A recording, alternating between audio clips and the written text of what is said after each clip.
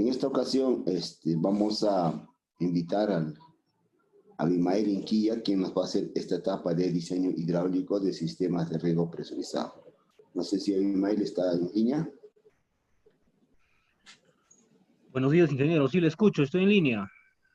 De acuerdo, Abimael, entonces tú dejo de compartir mi pantalla, tú compartes tu pantalla y puedes iniciar el tema de diseño hidráulico en sistemas de riego presurizado. Ok, ingeniero.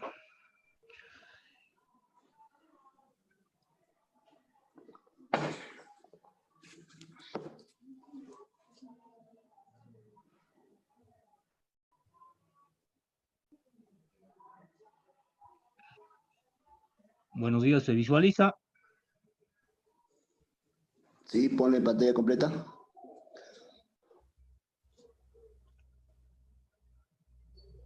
Ahora sí. Muy bien, está bien.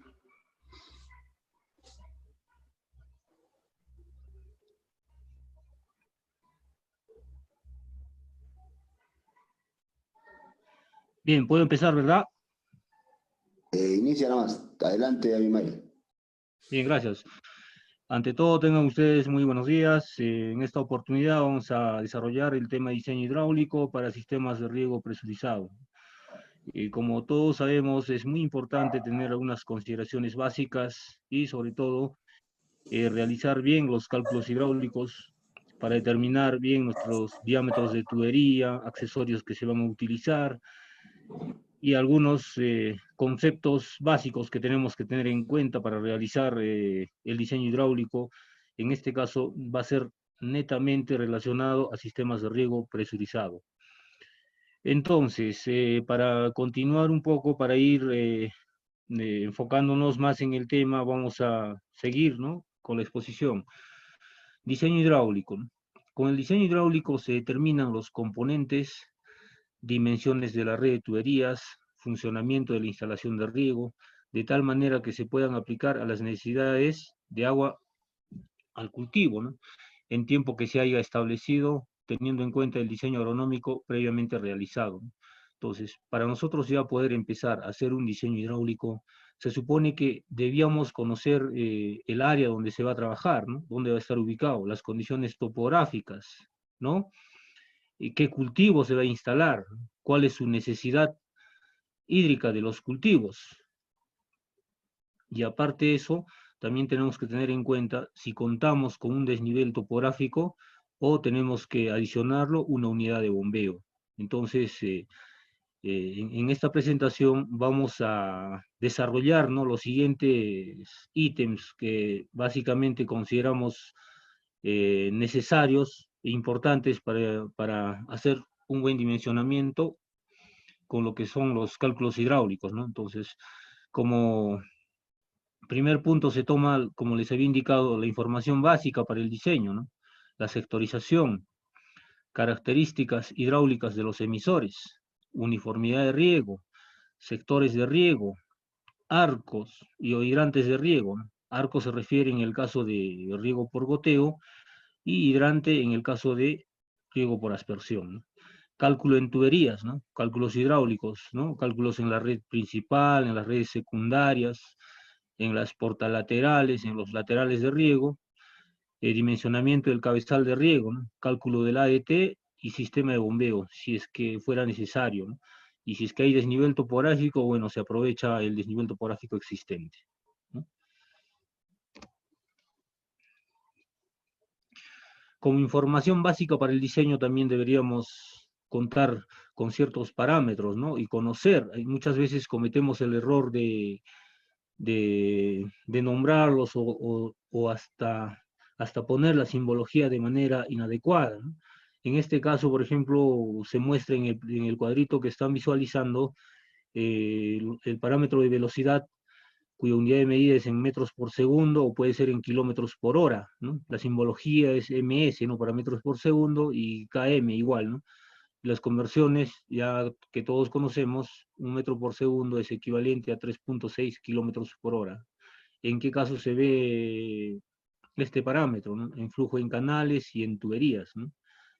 Otro parámetro sería el caudal, metros cúbicos por segundo, ms por m metros cúbicos sobre S, ¿no? Esa es la simbología, ¿no?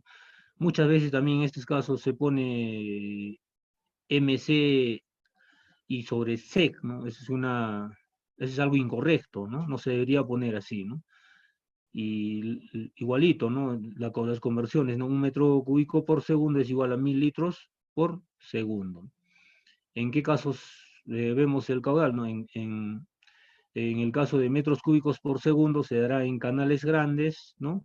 Y en el caso de litros por segundo en pozos o en canales pequeños, canales laterales, podría ser, ¿no? Si es que es riego por gravedad, y litros por segundo también en goteros y en emisores también se habla, ¿no? Si no es litros por segundo el caudal, podría estar en litros por hora, básicamente se refiere a la descarga, ¿no?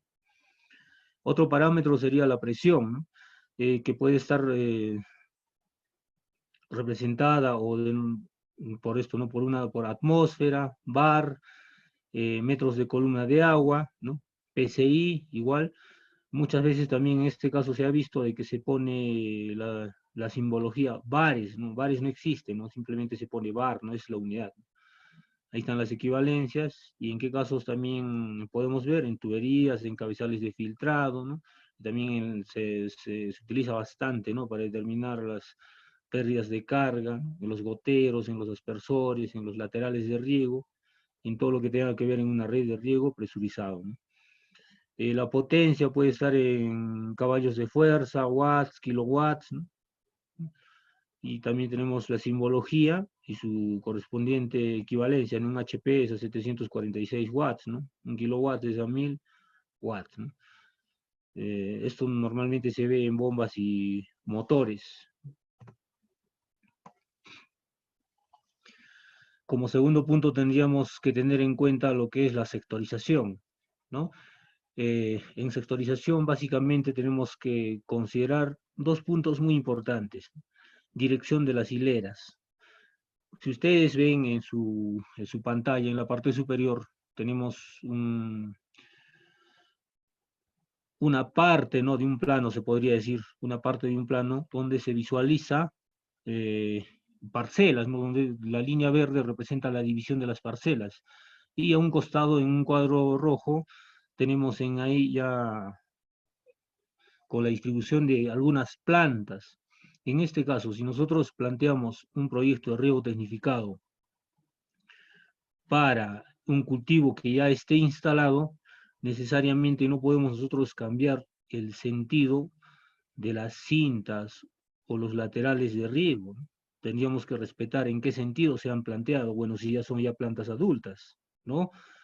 Y bueno, en todo caso, si es que fuera un terreno donde recién se va a instalar un nuevo cultivo que sea permanente o un transitorio, ahí sí nosotros podemos plantear la dirección de las cintas en función a qué, en función a las curvas de nivel y en función a la dirección de los vientos, podría decirse también, ¿no? Y también va a depender mucho de la forma del terreno, ¿no? Entonces, así como pueden visualizar ustedes en la presentación, en la parte inferior tenemos también eh, otro, otra lámina, diría yo, ¿no? Un pequeño fragmento de un plano, ¿no? En donde se muestra el número de parcelas y las áreas correspondientes, ¿no? Entonces, ¿de qué manera nos va a influenciar el sentido de las hileras y la forma del terreno para que nosotros podamos tener en cuenta para el diseño hidráulico, ¿no? Básicamente, esto nos va a determinar cuál va a ser nuestro caudal de operación que nosotros vamos a manejar al plantear un turno, ¿no? Podría ser en una unidad de riego, ¿no? En un bloque de riego, ¿no? O en un sector de riego, ¿no? Entonces va a ser así, eh, puesto que van a requerir caudales diferentes y eso va a estar determinado por el área que esté enmarcado en una unidad de riego, o en una subunidad de riego también se podría decir, ¿no? En el caso de goteo, ¿no? Ahí básicamente está dado por área, ¿no? Y por la cantidad de emisores que vamos a plantear en función a los cultivos, ¿no? háganse de cuenta de que si va a ser un cultivo permanente, ¿no? Podría ser un cultivo de palto, un cultivo de vid, cuyo marco de plantación esté entre 5x4 o 5x5, ¿no? Con 2 hileras, ¿no?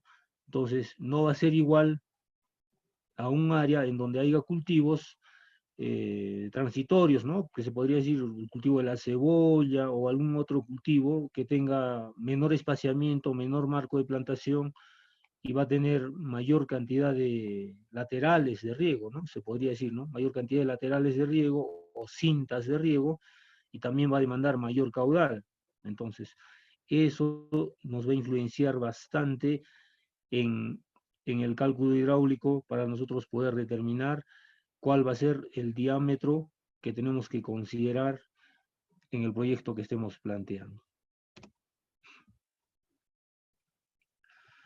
También tenemos que tener en cuenta las características hidráulicas de los emisores, ¿no? Habrán escuchado decir muchas veces la ecuación del emisor, ¿no? Que está representado por el caudal que es igual al coeficiente de descarga por la presión del emisor elevado al exponente de descarga, ¿no? Entonces, ustedes ven ahí un gráfico, ¿no? En donde se representa el comportamiento, ¿no? Se podría decir, el comportamiento de la descarga en función a la variación de la presión también, ¿no? Donde los valores de K y X son características propias de los emisores, ¿no? Que normalmente nos pueden proporcionar los fabricantes o lo podemos encontrar en algunos casos en los catálogos, ¿no? En los catálogos de Nandan y otras marcas, ¿no?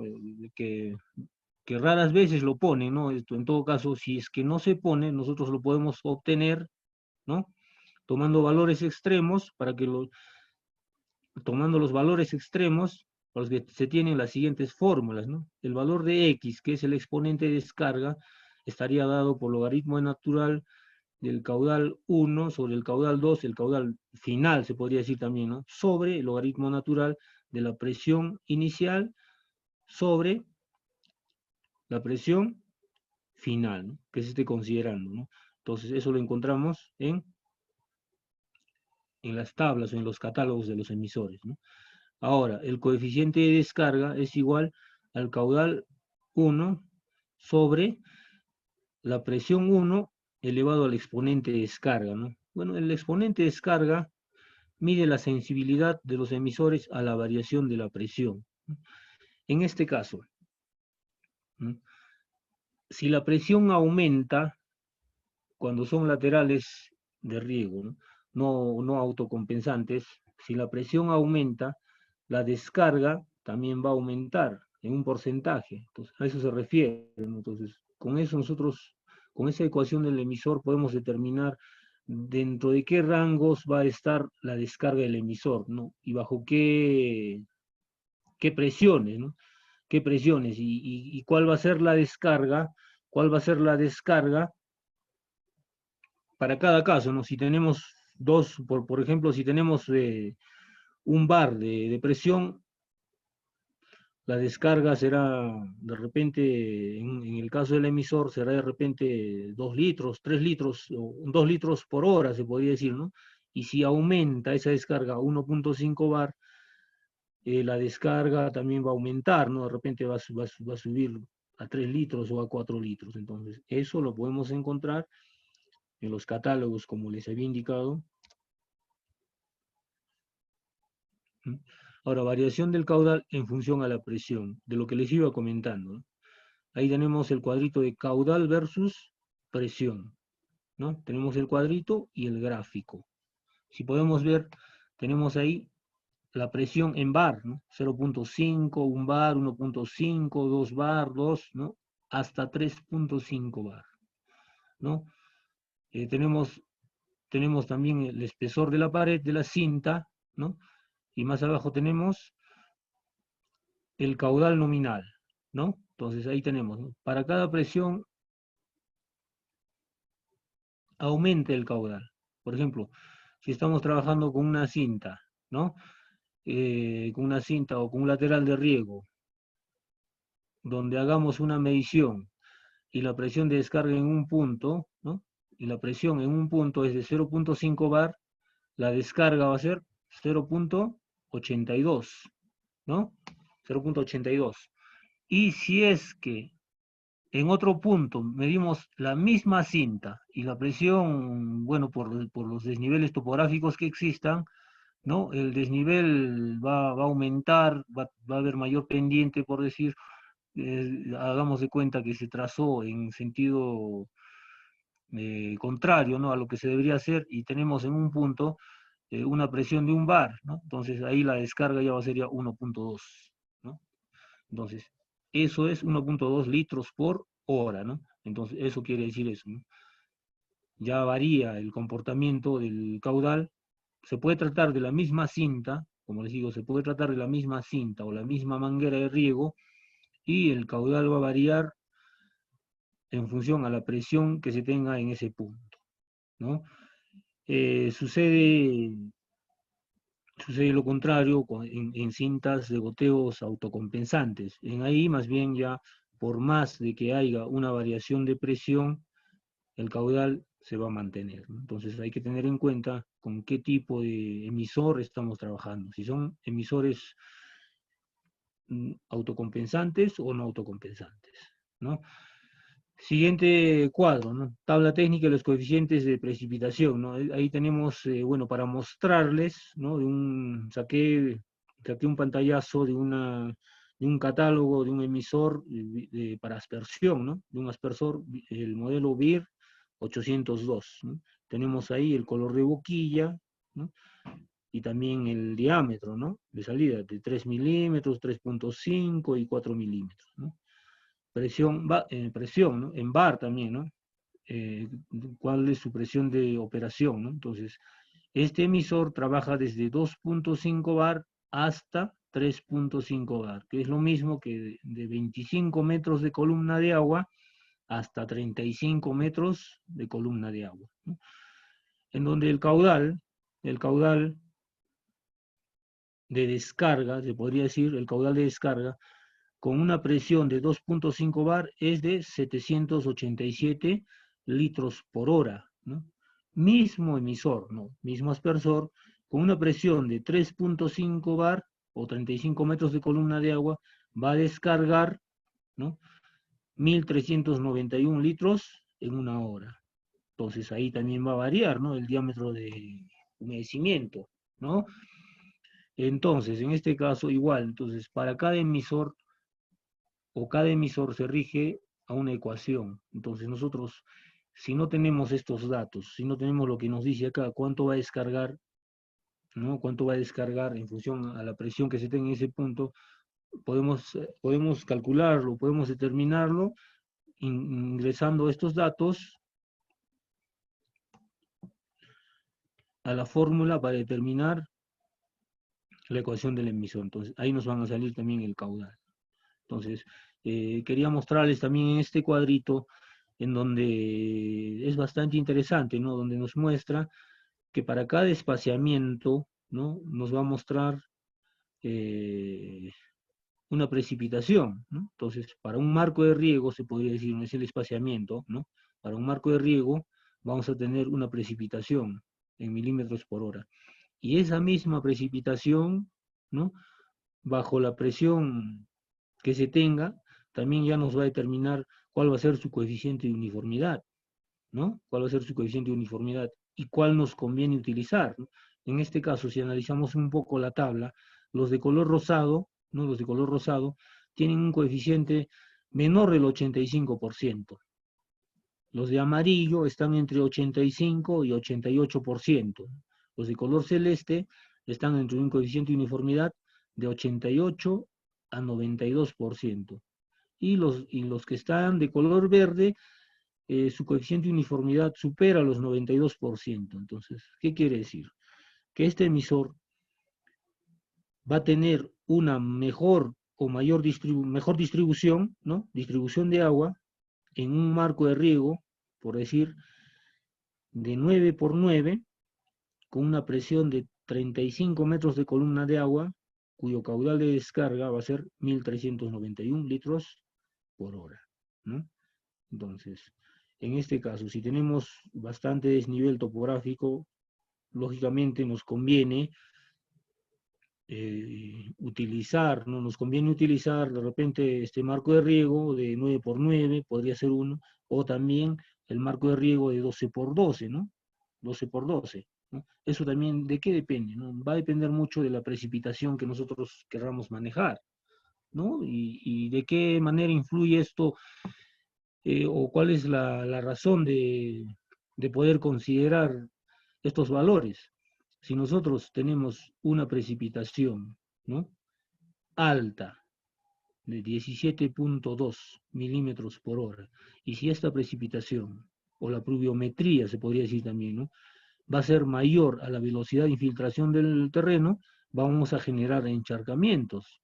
Entonces, por simple lógica, si tenemos un suelo arcilloso, ¿no?, no podemos poner estos emisores con un marco de riego de 9 por 9. ¿Por qué? Porque vamos a tener una pluviometría de 17.2 milímetros por hora, ¿no? Entonces, bueno, por ahí podemos ir descartando. Lo más adecuado sería de repente utilizar con un marco de riego de 12 por 12, ¿no?, cuya pluviometría o la precipitación es de 9.7 milímetros por hora. Entonces, así de esa forma ya nosotros vamos identificando, ¿no?, qué tipo de emisor vamos a plantear o cuál vamos a considerar en nuestro proyecto que estemos elaborando, ¿no?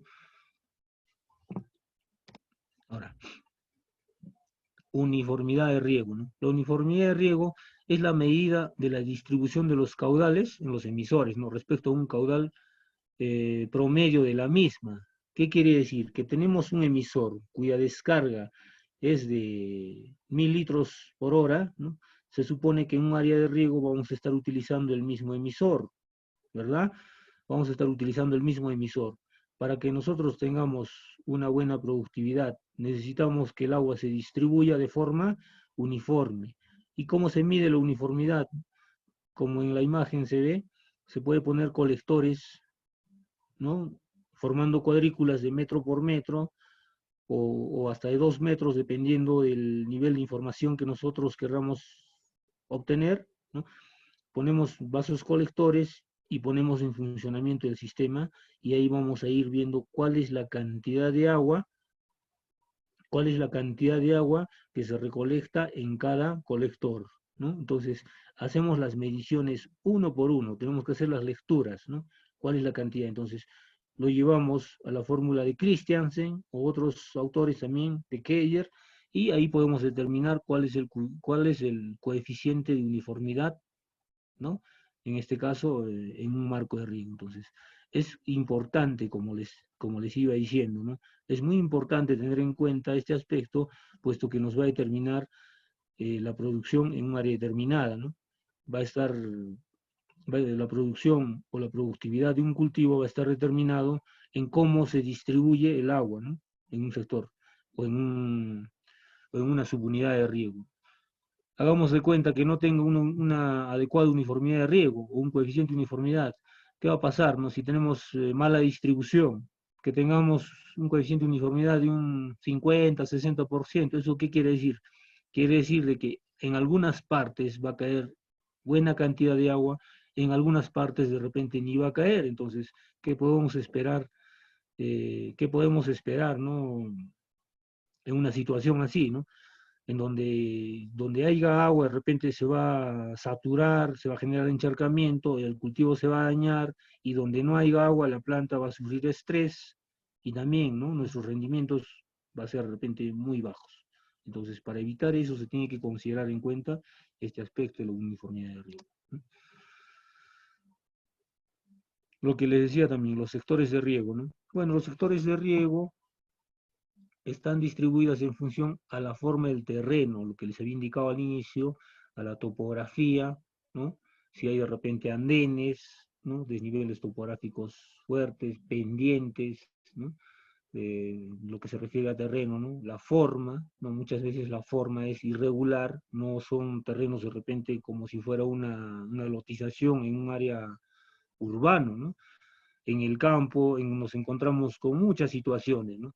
Hay veces hay terrenos de forma regular, de forma rectangular, de forma trapezoidal y de formas irregulares, ¿no? Que están determinados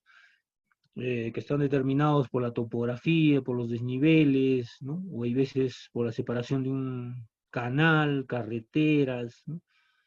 Influyen muchas veces esos para el diseño, ¿no?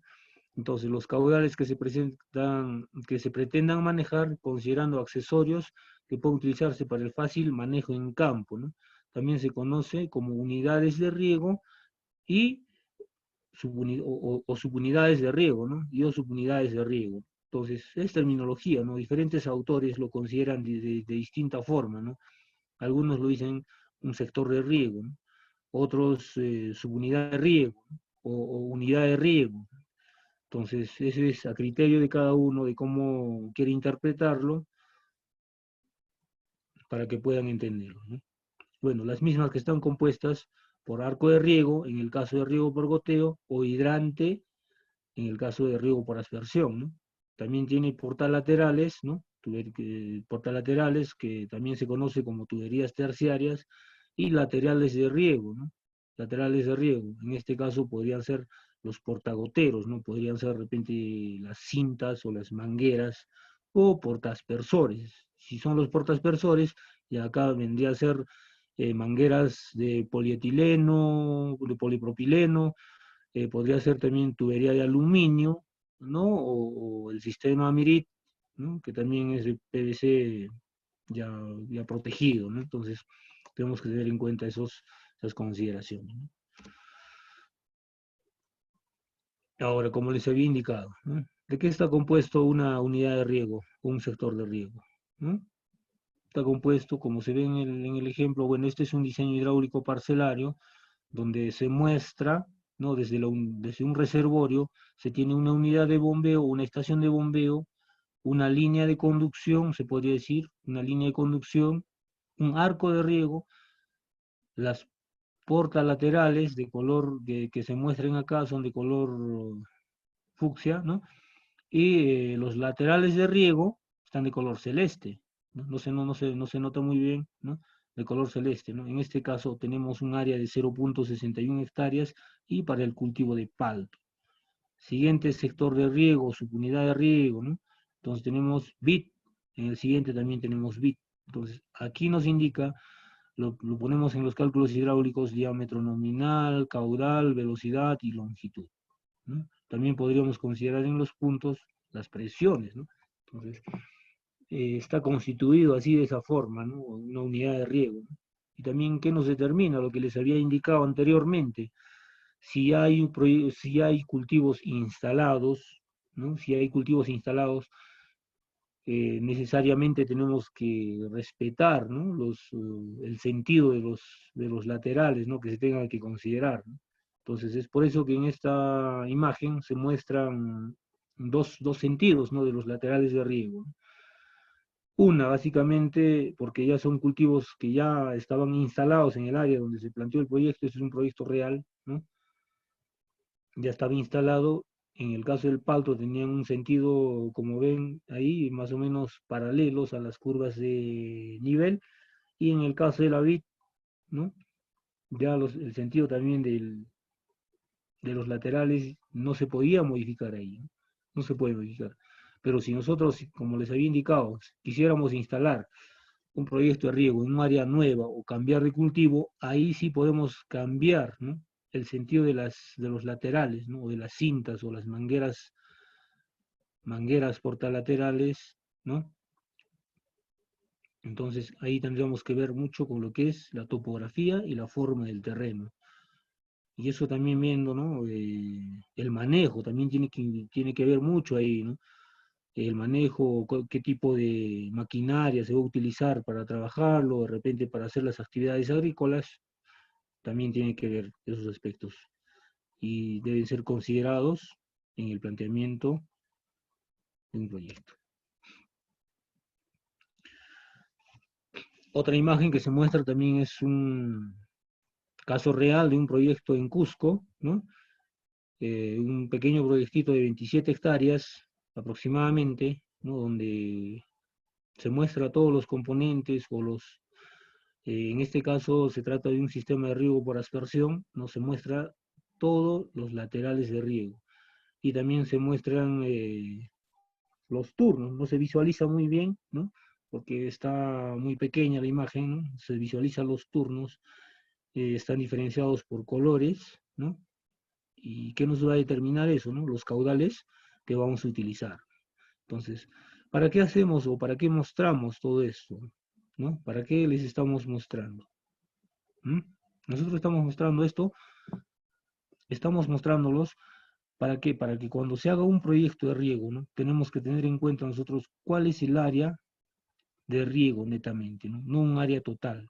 ¿Cuál es el área de riego en el que se va a trabajar, ¿no? En el que se va a trabajar, cuál es el área y en qué sentido van a ir los laterales de riego, ¿no? Los laterales de riego deberían ir paralelas a las curvas de nivel para que no haya variación de presión.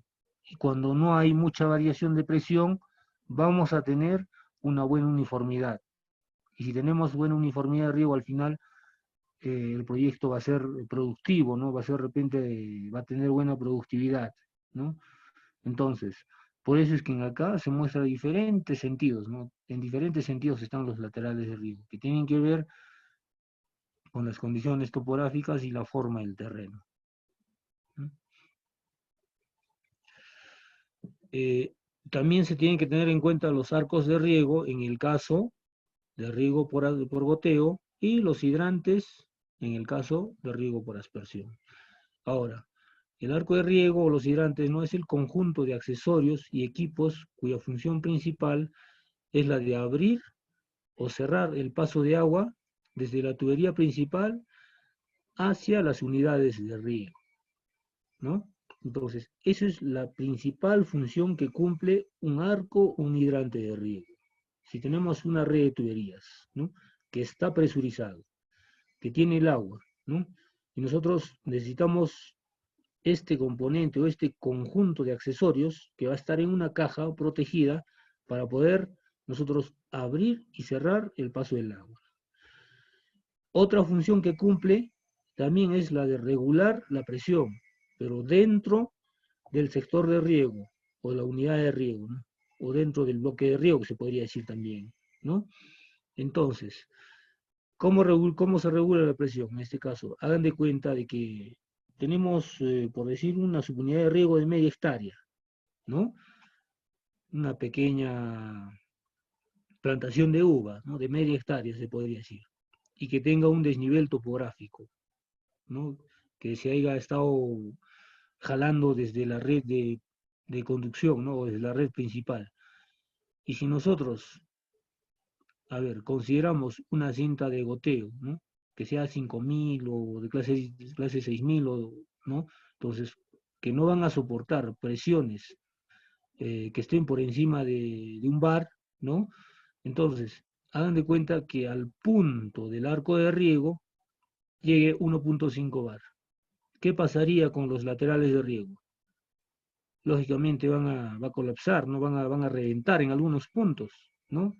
La cinta se va a soplar y no va a funcionar bien. Entonces, para evitar eso, en los arcos de riego se puede poner válvulas reguladoras de presión. Entonces necesitaríamos bajar, ¿no? El 0.5 bar de repente, ¿no? No sé, o lo que sea necesario, ¿no? De acuerdo a nuestros cálculos hidráulicos, ¿no? Ahora, los principales tipos de arcos de riego están dados por el tipo de válvulas, que pueden ser válvulas manuales, ¿no? Y también pueden tener válvulas hidráulicas, ¿no? Otro, por el nivel de regulación de presión, y como les había dicho, ¿no? Pueden ser sin regulación de presión y con regulación de presión, ¿no?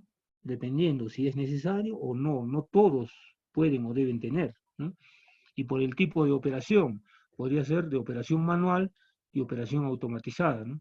En este caso, si es con operación automatizada, puede ser con mangueras de comando hidráulico o con cable eléctrico, o también podría ser combinadas. Ahí les mostramos, ¿no? Unos extractos o algunas partes de algunas láminas que sacamos de los proyectos de riego, ¿no? En este caso es un arco de riego para goteo, que sale una red de tuberías, ¿no? Los accesorios, una válvula manual, ¿no? Entonces en este caso es una válvula manual, podemos mostrarles acá una válvula reguladora de presión, ¿no? Si es que es necesario, su manómetro y su válvula de aire, o una ventosa, ¿no? Que es muy necesario. Son los componentes, ¿no? Los componentes básicos de un arco de riego. En el otro extremo vemos ya un hidrante, ¿no? Eso ya es para un sistema de riego por aspersión, ¿no? Entonces tenemos una línea, de repente portalateral, una línea portalateral, sobre esa portalateral puede salir un hidrante, ¿no? Accesorios de PVC, niples, ¿no? UPRs, una válvula oblicua. ¿Por qué es importante o mejor considerar una válvula oblicua y no una válvula esférica? Porque una válvula oblicua nos permite de alguna otra manera manejar en menor grado de repente, ¿no? Regular un poco la presión de agua que se tenga, ¿no? Sirve un poco para regular la presión. No es su función, ¿no? La de regular la presión, pero sí cumple también eso, ¿no? Entonces ahí vemos, ¿no? En este caso es es un hidrante con doble salida, ¿no? Se puede regar a ambos lados con laterales móviles, en este caso son accesorios de aluminio que estoy visualizando, y si es que se riega por un solo lado, un lateral de riego, al otro lado se pone un tapón, ¿no? Podría ser de repente, en este caso, tapón de cobertura, ¿no?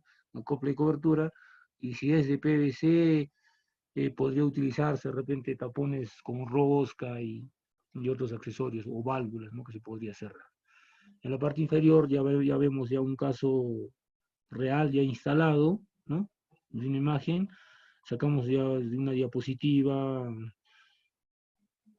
o de una presentación ya existente, ¿no? En donde nos muestra los accesorios que tiene un arco de riego, ¿no? Una válvula de aire de 2 pulgadas de doble efecto, ¿no? De doble efecto, también tiene una válvula hidráulica de 2 pulgadas con piloto regulador de presión, entonces ahí nos permite regular la presión, accesorios de PVC y la manguera de comando hidráulico de 8 milímetros, ¿no?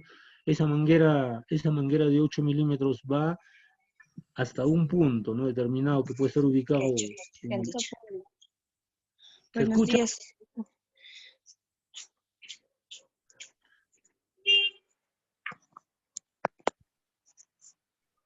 ¿Se escucha? ¿Me escuchan, por favor?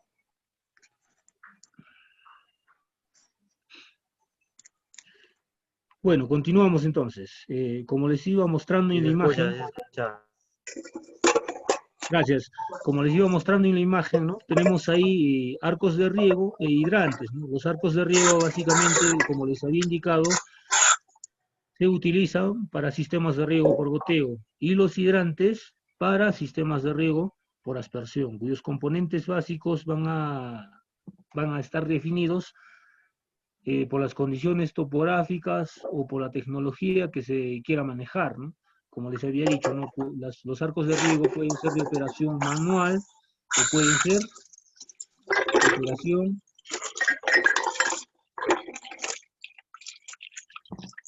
como les había ido indicando, ¿no? Pueden ser de operación manual o pueden ser automatizadas, ¿no? Que se puede manejar desde un aplicativo o desde un punto de control. Como siguiente punto tenemos ya los cálculos hidráulicos en tuberías, ¿no? Ya hemos visto cuáles son las consideraciones que tenemos que tener en cuenta, ¿no? Los aspectos importantes, ¿no? Los emisores, ¿no? Hemos visto también la distribución de los sectores de riego, ¿no? Cómo se clasifican o de qué manera influyen, ¿no? Ahora ya vamos entrando a lo que es los cálculos hidráulicos en tuberías, ¿no? Para el cálculo hidráulico de la red de riego presurizado, ¿no? Se consideran los caudales requeridos desde el último emisor hasta el primero del lateral de riego, del bloque de riego y por turno. ¿Qué nos quiere decir eso, no? De que nosotros, para hacer un diseño hidráulico correcto, ¿desde dónde en realidad nace la necesidad hídrica, ¿no? o desde dónde es el punto de partida, ¿no? Nosotros, para poder calcular o para poder determinar cuál es el caudal que necesitamos manejar, nosotros tenemos que saber las condiciones fenológicas del cultivo, ¿verdad? Las condiciones fenológicas del cultivo, cuál es su requerimiento hídrico. Y para cubrir ese requerimiento hídrico, que básicamente se determina en el diseño agronómico, ¿no? Para cubrir ese requerimiento hídrico, nosotros tenemos que asignarle un caudal. ¿Y cómo calculamos ese caudal? ¿No? En un sector de riego. Muchas veces que se hace lo contrario. Primero, se hace un reservorio, ¿no? He visto muchos casos, ¿no? Así. Primero plantean un reservorio de 1000 metros cúbicos, por decir, ¿no? Mil metros cúbicos de almacenamiento. ¿Y qué hacen? Tienen sectores de riego y ya lo distribuyen ese caudal en función al tamaño del terreno, ¿no? Pero no debería ser así. Claro, la distribución va a ser desde el reservorio hasta el campo, pero el requerimiento es desde el campo hasta el reservorio o hasta la fuente de agua que se tenga, ¿no? Entonces, desde ahí, entonces, como les indico en acá, ¿no? Se hace desde el último emisor, ¿no? Entonces, ¿por qué se tiene que contabilizar o se tiene que contar todos los emisores en el caso de goteo, ¿no? Se tiene que tener cuál es la descarga, ¿no? Desde el último emisor hasta el primero, ¿no? Bueno, y ese es en un lateral. Y de ese lateral tenemos que tener en cuenta del bloque de riego, ¿no? Ahora, del bloque de riego vamos a tener un caudal que necesitamos. Y no solo eso, ¿no? También vamos a utilizar de repente por turno, de repente vamos a utilizar 2, 3 bloques de riego. Entonces, ahí nuestra demanda va a ser cuál es nuestro caudal por turno. Entonces, eso nos va a servir para determinar el diámetro de las tuberías, ¿no? Entonces, de esa forma, ¿no? Y luego, una vez que determinemos nosotros cuál va a ser nuestro caudal crítico en un sector, no pueden ir por un tramo, puede pasar para diferentes turnos. Entonces, ¿cómo hacemos el dimensionamiento del diseño? Considerando el turno más crítico. No se promedia, no se utiliza el turno que tenga menor descarga, sino el turno que tenga mayor demanda, ¿no? O que requiera mayor caudal. Entonces, para eso se hace el dimensionamiento y los cálculos hidráulicos, puesto que eso va a cubrir a todos los demás, ¿no? Entonces, una vez que tengamos nosotros determinados cuál va a ser nuestro caudal de diseño, recién nosotros ya sabemos ya cuál es la cantidad de agua que tenemos que tener almacenado en un reservorio, ¿no? ¿No? Almacenado en un reservorio, y cuál es el caudal que debemos de soltar, ¿no? Entonces, eso es de un reservorio. Y si tiene una unidad de bombeo, cuál es el caudal que tenemos que bombear, ¿no? Básicamente, ¿no? Entonces, para que pueda llegar hasta el último emisor y pueda cubrir las necesidades de las plantas. Ahora, ¿no? Bueno, si se dispone de presión natural suficiente, ¿no? Eso quiere decir que tenemos desnivel topográfico, entonces debe diseñarse los diámetros de las tuberías disipando el exceso de energía. ¿Qué quiere decir? Que tenemos que hacer que se pierda, ¿no? Que haya fricción, ¿no? Y que sea mayor las pérdidas de carga. Entonces, por ahí podemos de repente, ¿no? O sea, eh, tenemos que reducir, ¿no? La carga hidráulica. Entonces, cuando hay mayor fricción, definitivamente se va a generar pérdidas de carga, ¿no? Entonces, al final o al punto donde nosotros queramos hacer llegar el agua, va a llegar con menor carga hidráulica, ¿no? Entonces, eso es lo que quiere decir, ¿no? Y cuando se dispone de presión limitada, hagamos de cuenta que tenemos un sistema de riego por aspersión entre un punto A y un punto B, ¿no? Un punto inicial, ¿no? Donde está el reservorio y donde va a estar la chacra, ¿no? Donde van a estar los aspersores. Solo tenemos 22 o 23 metros de carga hidráulica. Hagamos de cuenta que sea así, ¿no? Que sea 22 o 23 metros de carga hidráulica. O eso que sea nuestro desnivel topográfico. Entonces, si nosotros queremos o queremos que llegue casi con la misma presión, ¿no? y todavía nuestros emisores que funcionen mínimo con 2 bar, ¿no? O 20 metros de columna de agua. Entonces, solo tendríamos 3 metros para perder, ¿no? 3 metros para perder por fricción, ¿no? Por fricción, por accesorios, ¿no? Por válvulas y por eso. Entonces, ¿qué tenemos que hacer en ese caso, no? Se tiene que considerar diámetros mayores. ¿Para qué? Para que la pérdida por fricción sea menor y que podamos llegar con el caudal que nosotros necesitemos. Entonces, bueno, eso ya es parte de los cálculos hidráulicos, ¿no? Entonces, ahí abajo les presento, les muestro un cuadrito, ¿no? Que hemos elaborado nosotros, en donde consideramos, ¿no? Eh, es para un proyecto real también, ¿no? Bueno, pues, y para propósitos de visualización y enseñanza más rápido, ¿no? Entonces, ¿qué se considera acá, no? Desde el cabezal de riego tenemos considerando nudos acá, ¿no? Es una hoja Excel. Obvio que podemos utilizar, ¿no? Para cálculos hidráulicos el WaterCAD, el EPANET, el Homer. Bueno, hoy en día hay un programa bastante útil y es muy bueno, muy bueno. Yo lo recomendaría, que es el SIGOPRAM, ¿no? Es el SIGOPRAM. En este caso estamos mostrándoles una hoja Excel, ¿no? Que cualquiera lo puede hacer, ¿no? Considerando el tramo de nodo a nodo, se podría decir, ¿no? Entonces, en este caso yo considero desde desde el cabezal de riego hasta un nodo A, luego del nodo A hasta un hidrante 4, del hidrante 4 al hidrante 3, del 3 al 2 y del 2 al 1, ¿no? Dependiendo de cómo queramos considerar, ¿no? Inicio, ¿no? Dónde inicia y también la longitud final, ¿no? ¿Cuáles son las longitudes, no? En este caso, entre hidrante y hidrante tengo 30 metros. Entonces acá se ha considerado un emisor que descarga de repente un buen caudal, ¿no? Es un mini cañón, ¿no? Mini cañón. Por eso es que por eso el espaciamiento es entre hidrante y hidrante de 30 metros, ¿no? Ahora, ¿cuál es el caudal de salida? 20.8 metros cúbicos por hora, ¿no? Entonces el caudal 20 metros cúbicos se va 20.8, ¿no? Metros cúbicos por hora tenemos en metros cúbicos y el caudal en litros por segundo. La rugosidad del material, ¿no? El diámetro nominal, ¿no? ¿Qué tubería estamos utilizando? El diámetro interno, las pérdidas de carga por fricción, ¿no? Las pérdidas secundarias, ¿no? Las pérdidas totales, ¿no? Son las sumatorias y las pérdidas por fricción y las pérdidas secundarias, ¿no? Y las pérdidas acumuladas. Tenemos ya las pérdidas acumuladas. En este caso, mira, tenemos en una longitud, ¿no? En una longitud de 242 metros, tenemos una pérdida de carga de 5.94 metros, ¿no? 5.94 metros, o sea, casi 6 metros de pérdida de carga, ¿no? Entonces, eso nos está determinando. Y nosotros, y acá es con una unidad de bombeo, ¿no? No hay desnivel topográfico, es una zona plana, ¿no? Con 6 metros de pérdida de carga. Pérdidas acumuladas, igual, ¿no?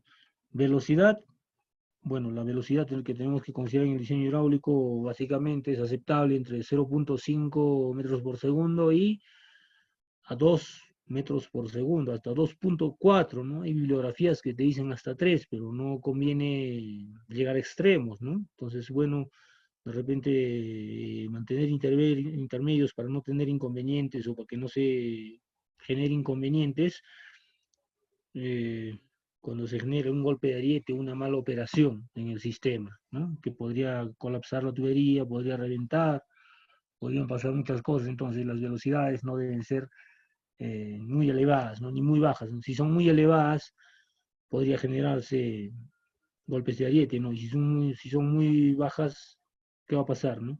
Si las velocidades son muy bajas y si el agua no es de buena calidad, va a haber precipitado de sólidos. Entonces, de repente en la tubería nos va a reducir el diámetro interior de nuestras tuberías. Entonces, hay que considerar esos aspectos, ¿no? Los desniveles topográficos, entonces, ¿qué necesitamos nosotros? como presión, como carga hidráulica, ¿no? Necesitamos para que nos funcionen nuestros emisores, ¿no? Estos emisores deben funcionar de 3.5 bar, ¿no? Trabajan de 3.5 bar hasta 5 bar, hasta 50 metros de columna de agua. Entonces, para que nosotros estemos dentro del rango, ¿no? Para que funcione de forma adecuada y que haya buena distribución, necesitamos un ADT de 42 metros de columna de agua, ¿no? 42 metros de columna de agua, ¿para qué? Para que nuestras presiones dinámicas, ¿no?, en cada hidrante estén entre 40 y 36.56 metros de columna de agua. Si este emisor trabaja con 35 a 50 metros de columna de agua, si está dentro de este margen va a estar bien, ¿no? Va a trabajar bien, va a tener buena distribución, buena uniformidad. ¿Y qué pasaría si yo solo le pusiera, ¿no?, un ADT, ¿no? Un ADT de 30 metros de columna de agua? Básicamente la presión dinámica en estos puntos va a bajar. De repente va a ser de 20, 25 metros de columna de agua la presión dinámica, ¿no? En este caso, en el más lejano, en el hidrante 1, ¿no? Podría decir yo, ¿no? Va a ser de 25 metros de columna de agua. Y si mi aspersor que yo he elegido trabaja con 35, ¿qué va a pasar? No va a funcionar bien. La descarga que se va a generar no va a tener buena distribución. Al final va a haber partes donde va a llegar buena cantidad de agua y otras partes donde de repente ni va a llegar. Entonces, para evitar eso se hacen los cálculos hidráulicos, ¿no? En este caso, con esta tablita nosotros determinamos los diámetros de tubería en función a las velocidades. ¿Y cómo se determina eso, no? Básicamente utilizando las fórmulas básicas que conocemos para cálculos hidráulicos, ¿no? De Hazen-Williams, ¿no? Las fórmulas de Darcy-Weisbach, las fórmulas de Blasius o de Scobie, ¿no? En el caso de aluminio. Esas fórmulas lo vamos a ir mostrándolos más adelante, ¿no? En las presentaciones más adelante, sino ahorita para ir un poco más conociendo el tema, nomás le estoy mostrando. Bueno, parámetros hidráulicos más importantes que rigen el flujo en conductos cerrados, ¿no?, en tuberías, ¿no? ¿Cuáles son los parámetros que van a estar considerados en este caso, ¿no? La velocidad, caudal, presión, ¿no? Presión estática, presión dinámica, ¿no? Entonces, esas cositas, ¿no? En este caso la velocidad, y la velocidad es la rapidez con la que se desplaza este líquido, ¿no? O sea, el agua, en un conducto cerrado, ¿no? Bueno, como estamos indicando, o estamos tratando de una exposición para proyectos de riego presurizado, entonces esos son conductos cerrados, ¿no?, que podrían estar en tuberías o en mangueras, ¿no? El caudal es el volumen de líquido que a través de una sección determinada circula en una unidad de tiempo, ¿no? Entonces, entre el caudal y la velocidad media y el área de la sección existe la siguiente ecuación fundamental, ¿no? Nuestra primera fórmula va a ser caudal es igual a velocidad por área, ¿no? Es nuestra primera fórmula de hidráulica, ¿no?, que vamos a utilizar, ¿no? Presión, ¿no?, es la relación entre la resultante de las fuerzas que actúan a través de un elemento de superficie, ¿no?, y el área de este elemento, ¿no? Presión es igual a fuerza por área.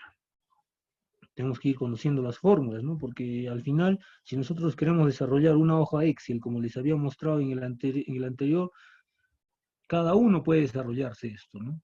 Cada uno puede desarrollar su hojita de acuerdo a sus criterios y a las fórmulas hidráulicas que considere adecuadas, ¿no? Puede utilizar en esta fórmula para determinar las pérdidas de carga en las ecuaciones de Darcy-Weisbach, Hazen-Williams, o Blasius, o Scobie, ¿no? Dependiendo para qué casos se utiliza esas fórmulas, ¿no? Hay que tener solo criterio. ¿Cómo verificamos la presión en una red ya instalada, ¿no? ¿Cómo determinamos, ¿no? Para eso se utiliza un manómetro de glicerina, ¿no? Aquí vemos un esquema en donde nos muestra una red de tuberías, ¿no? Una tubería que tiene accesorios, ¿no? Tiene una ventosa, una válvula de aire, ¿no? También tiene una válvula de prueba, ¿no? Hay diferentes tipos de denominación, ¿no? Válvula de prueba, punto de prueba, ¿no? punto de prueba también se le conoce, ¿no? Son accesorios exclusivos para colocar de repente manómetros, ¿no?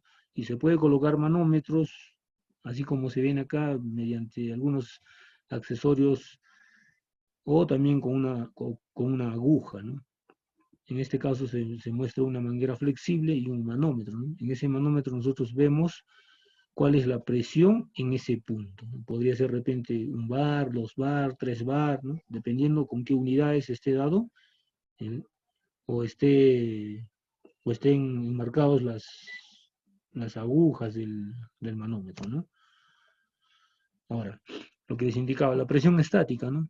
La presión estática se define como cuando la medida del flujo es de velocidad cero, o sea, agua sin movimiento, ¿no? El sistema puede estar presurizado, la red, si no tenemos un proyecto ya instalado, si hacemos una simulación, nosotros podemos decir que estamos soltando un caudal X, ¿no? Un caudal X, por decir, un caudal X, como en el ejemplo se ve, ¿no? Un caudal X se llena la tubería y no tiene salida, ¿no? La velocidad es cero, ¿no? El caudal también va a ser cero, o sea, el agua está estático. Así que haya un desnivel topográfico, ¿no? Siempre va a llegar a la misma altura, ¿no? En este caso, si tenemos una superficie plana en un punto, vamos a medir en un piezómetro, nos va a dar 30 metros de columna de agua, ¿no? Y a 100 metros de distancia, ¿no? Hacemos otra medición en otro piezómetro, también nos va a dar 30 metros de columna de agua. ¿Por qué? Porque no hay movimiento de agua, ¿no? En este caso, el gráfico nos muestra que son piezómetros, pero nosotros en la vida real, en el campo, lo vamos a utilizar manómetros de glicerina, ¿no? Con puntos de prueba. En este caso sería que coloquemos manómetros en un punto inicial y luego a 100 metros, ¿no? Para corroborar y nos va a marcar 3 bar o 30 metros de columna de agua, ¿no? Y ahora la presión dinámica es la medida con flujo de agua en movimiento. Ingresamos un caudal, ¿no? En un punto dado o al inicio donde vamos a tomar la lectura, por decir, nos va a dar 30 metros de columna de agua. Y a 100 metros nos va a dar 25.65 metros de columna de agua. Entonces, ¿qué quiere decir eso? De que el agua está en movimiento y hay una pérdida de 4.35 metros de columna de agua. Esa pérdida, ¿a qué se debe? De que en esos 100 metros, ¿no? Esa tubería tiene un diámetro interno de 46.8 milímetros y una velocidad de 1.45 metros por segundo. Y el caudal está en circulación, ¿no? Que es de 9 metros cúbicos por hora. Al pasar ese caudal, se genera rozamiento, se genera fricción, ¿no? Entonces, al generarse esa fricción, se generan las pérdidas de carga. Entonces, a eso se debe, ¿no? Entonces, si vemos en esta gráfica, si en 100 metros, ¿no? Si en 100 metros hay una pérdida de carga de 4.35, a mayor distancia, si no hay desnivel topográfico, las pérdidas de carga van a seguir aumentando, ¿no? Van a seguir aumentando, ¿verdad? Entonces, a eso se debe eso, ¿no? La presión estática es cuando no hay movimiento de agua, ¿no? Entonces, ¿para qué tener en cuenta estas definiciones básicas, ¿no? ¿Para qué tener en cuenta? Porque hagan de cuenta imagínense de que se plantee un proyecto de riego en donde los desniveles topográficos entre la captación o el reservorio hasta las unidades de riego superen los 100 metros de desnivel, ¿no? ¿Qué quiere decir eso? De que nosotros tenemos que utilizar tuberías de mayor clase, ¿no? Entonces, la presión estática nos va a determinar qué clase de tubería vamos a utilizar, o tubería con qué clase, ¿no? Si va a ser de clase 5, clase 7.5, clase 10 o clase 15, si es de PVC, ¿no? Nos va a determinar eso. Y qué accesorios, ¿no? O qué accesorios o qué obras de arte vamos a considerar dentro del proyecto. Si es adecuado poner una cámara de rompepresión o, o unas válvulas reguladoras de presión, ¿no? Tenemos que ver en campo o en el planteamiento de nuestro proyecto qué componentes también podemos plantear, ¿no? Y la presión dinámica básicamente nos va a decir, ¿no?, con qué presión vamos a llegar hasta las unidades de riego cuando esté funcionando, ¿no? Cuando esté funcionando, cuando haya circulación del agua, ¿no? Cuando haya circulación, cuando haya caudal, ¿no?, de descarga, ¿no? Con qué presión vamos a llegar y en cada punto podemos medir eso, ¿no? Podemos medir, entonces, para eso nos sirve, ¿no? Presión estática para determinar qué clase de tubería vamos a utilizar y la presión dinámica, ¿no? Y la presión dinámica, con qué carga hidráulica estamos llegando hacia los emisores y poder ver si nos sirve o, no, o de repente hay que aumentar diámetro de tuberías, o hay que reducir, hay que poner una unidad de bombeo, hay que mover los puntos donde se instalan los accesorios o las obras complementarias como válvulas reguladoras de presión, ¿no? O cámaras rompepresión, ¿no? Esas cositas. Otro tema importante también es la resistencia a la presión de las tuberías, ¿no? Esta información obtenemos de los catálogos, ¿no?, de las fichas técnicas, donde nos indican el diámetro nominal, el diámetro interno, ¿no?, presión, ¿no? Podemos encontrar eso. En este caso yo les estoy mostrando un catálogo, una ficha técnica de una tubería de PVC, ¿no? Entonces ahí vemos, ¿no? Vemos, por ejemplo, este cuadrito nos indica, ¿no?, diámetro nominal, ¿no? Las más comerciales, ¿no? Tenemos de 63, de 75 hasta 400 milímetros, el diámetro nominal. Todas estas tuberías vienen con una longitud de 6 metros, ¿no? Para sistemas de presión, vienen con una longitud de 6 metros y con una longitud útil de 5.90 metros hasta 5.74 metros. ¿A qué se refiere eso? ¿O por qué disminuye, ¿no? Porque nosotros tenemos en un extremo de una tubería, como se muestra en la parte superior, en un extremo de una tubería tenemos eh,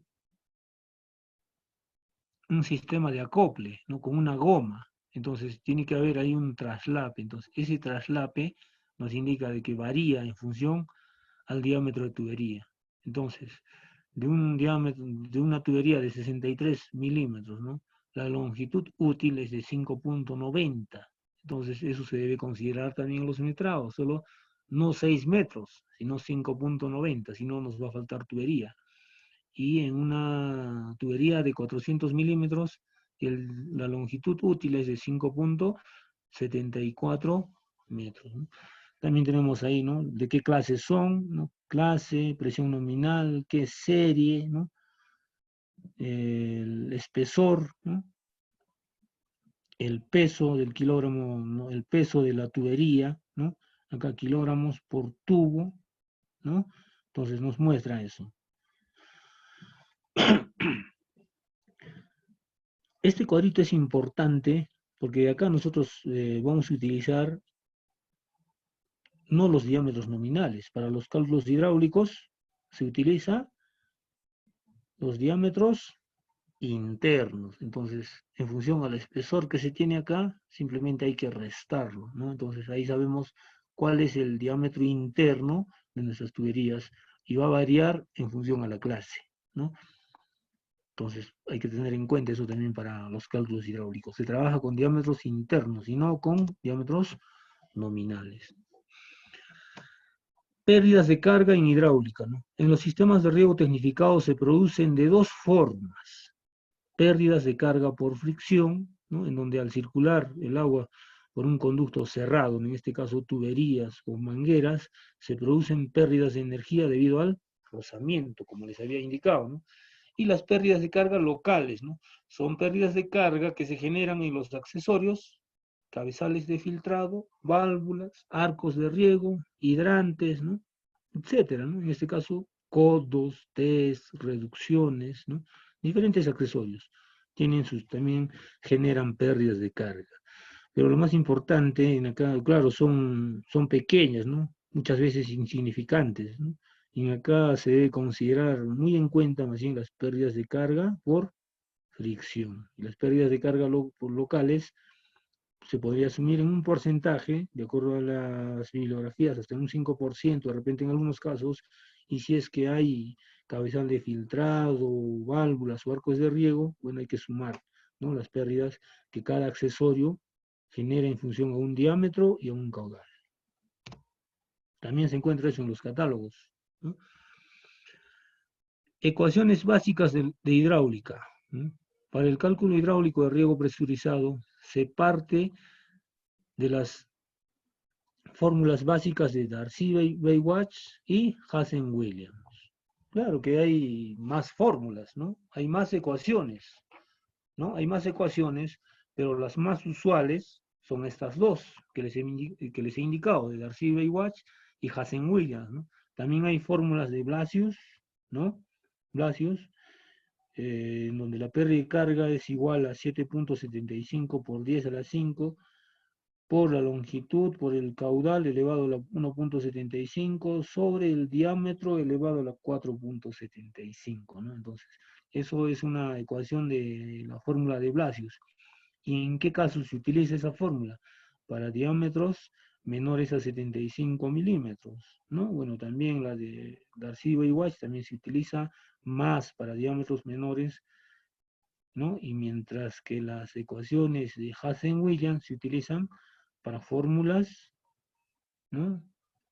O para esas fórmulas en diámetros mayores para no tener inconvenientes, ¿no? Para que no haya variación, ¿no? Hay otra fórmula también, ¿no?, que es la fórmula de Scobie, ¿no?, que se utiliza para tuberías de aluminio, ¿no? Bueno, eso es para aspersión, ¿no? Entonces, en este caso vamos a centrarnos o de repente a interpretar un poco más o poner un ejemplo práctico de lo que son las fórmulas de Darcy-Weisbach y las de Hazen-Williams, ¿no?, que son las dos fórmulas que actualmente se utilizan más y son aceptadas para cálculos hidráulicos, ¿no? La fórmula de Darcy-Weisbach es flujo régimen laminar y flujo régimen turbulento, ¿no? Trabaja para los dos, ¿no?, conocido también como la fórmula universal. Uno tranquilamente puede hacer todos sus cálculos hidráulicos, ¿no?, con las fórmulas de Darcy-Weisbach, ¿no?, donde la pérdida de carga es igual al coeficiente de fricción por la longitud de la tubería sobre el diámetro de la tubería por la velocidad al cuadrado sobre 2 veces gravedad. Eso es la ecuación de Darcy-Weisbach, ¿no? Entonces, con esto nosotros, ¿qué determinamos? La pérdida de carga en metros, ¿no? Pérdida de carga en metros. Un ejemplo, ¿no? Un ejemplo práctico, ¿no? Se tiene una tubería de aluminio de 500 milímetros de diámetro, ¿no?, que conduce 220 litros por segundo de agua con una longitud de 1.600 metros, ¿no?, de extensión. Calcular la pérdida de carga para la tubería utilizando la fórmula de Darcy-Weisbach. Si se sabe que el coeficiente de fricción en tuberías nuevas es de 0.019 y en tuberías usadas es de 0.037. Entonces yo aquí ya les muestro resuelto el ejercicio, ¿no?, en donde vamos a utilizar la fórmula de Darcy-Weisbach, donde la pérdida de carga es igual, ¿no?, al coeficiente de fricción por la longitud sobre el diámetro por la velocidad al cuadrado sobre 2 veces gravedad. ¿Qué es lo que no tenemos de acá, ¿no? ¿Tenemos velocidad? No tenemos, pero sí tenemos área, tenemos caudal, ¿no? Entonces podemos calcular la velocidad. Entonces, área es igual a 0.196 metros cuadrados. ¿Cuál es el área? Es el área de la sección transversal, ¿no?, de la tubería, ¿no?, que es de 500 milímetros. Ahora, la velocidad es igual a, la primera ecuación que habíamos hecho era caudal, era igual a velocidad por área. De esa ecuación derivamos que la velocidad es igual a caudal sobre área. Entonces el caudal tenemos ahí de 220 litros por segundo, que es equivalente a 0.22 metros cúbicos por segundo sobre el área, que va a ser igual a 196 metros cuadrados, donde la velocidad nos sale 1.12 metros por segundo. Ya tenemos velocidad. Para calcular en la ecuación, tenemos longitud, tenemos diámetro, tenemos velocidad y conocemos la aceleración de la gravedad, que es el 9.81, ¿no? Entonces, reemplazamos en la fórmula 0.19 por 1600, ¿no? 1600, que es la longitud de la tubería, sobre 0.50 metros, que es el diámetro de la tubería, ¿no? Por 1.12, que era la velocidad al cuadrado, sobre 19.6. 19.6 es la aceleración de 2 veces la aceleración de la gravedad. Simplificando la ecuación, 38.13 sobre 9.81, tenemos una pérdida de carga de 3.81 metros. ¿No? 3.81 metros. Esa es la pérdida de carga que se tiene en una tubería de 500 milímetros de diámetro y en una longitud de 1600 metros, ¿no? Entonces, ahí vemos, ¿no?, que en 1600 metros, ¿no?, que en 1600 metros, conduciendo un caudal de 220 litros, ¿no?, vamos a perder 3.81 metros de columna de agua en tuberías nuevas. Ahora, en tuberías usadas, ¿no?, en tubería ya de repente que esté dañada de repente o que tenga sedimento, que se haya sedimentado, consolidación de sólidos, ¿no?, por la mala calidad del agua, ¿no?, se podría decir, en donde el coeficiente de fricción sea mayor, ¿no? Entonces, de hecho, que la pérdida de carga también va a ser mayor, ¿no? A ver, en este caso 0.037, ¿no?, va a ser el coeficiente de fricción en tuberías usadas, ¿no? Reemplazamos en la misma ecuación de Darcy-Weisbach, ¿no?, resolvemos la ecuación y al final tenemos 7.57 metros de columna de agua. Entonces varía, ¿no? Varía en función al estado de la tubería. ¿Y el estado de la tubería de qué va a estar determinado? En un proyecto ya instalado, de la calidad del agua. Puede tener elementos en suspensión, puede ser agua dura, puede generarse cristalización de sólidos, mala utilización de fertilizantes de repente, ¿no? Hay que tener en cuenta. Ya resolvimos la primera ecuación de Darcy-Weisbach. Y ahora, ¿cómo lo aplicamos en el diseño hidráulico? Con esta ecuación podemos generar varias filas, se podría decir, ¿no? Varias filas y por tramos. En este caso estamos haciendo un análisis de un solo tramo, de 1600 metros, ¿no? 1600 metros. De este mismo ejercicio, como en cálculos hidráulicos suele hacerse, nosotros podemos hacer a cada 20 metros, porque en un plano, ¿qué hacemos nosotros? A ver, los ingenieros, ¿qué hacen? Generan un plano, una red de tuberías, y se hace un acotamiento, ¿verdad? Se hace un acotamiento a cada 20 metros. Y en cada 20 metros vamos a tener nosotros una presión, o una altura, o una ubicación, o una cota, ¿no? Una cota. Entonces, vamos a tener una cota, ¿no? Un caudal. El caudal va a ser lo mismo. ¿Pero qué va a variar ahí? Va a variar las pérdidas de carga.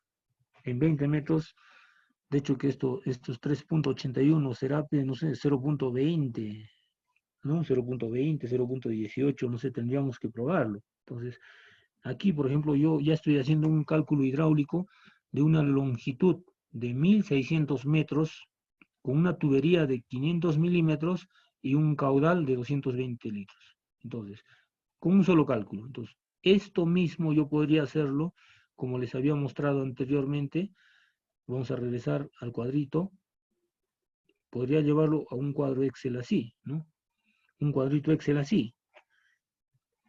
En donde en acá, por ejemplo, estoy poniendo los tramos, ¿no? El primer tramo es de 145 metros, el segundo tramo es de 6 metros, el tercer tramo es de 30, 30, 30, ¿no? Entonces acá, por ejemplo, estoy haciendo un cálculo para 242 metros, para 242 metros. En el ejemplo que yo les mostré ahorita, he hecho un cálculo hidráulico en una sola fila, para 1600 metros, ¿no? Entonces, eso lo hice con fines prácticos, pero si se quiere hacer un cálculo hidráulico para presentar un proyecto, necesariamente se tiene que hacer por tramos, y los tramos tienen que ser de repente de 20 metros, ¿no? Es lo que normalmente se suele hacerse en las hojas Excel, pero cuando se utilizan programas, bueno, esos programas también ya tienen sus propias características, ¿no?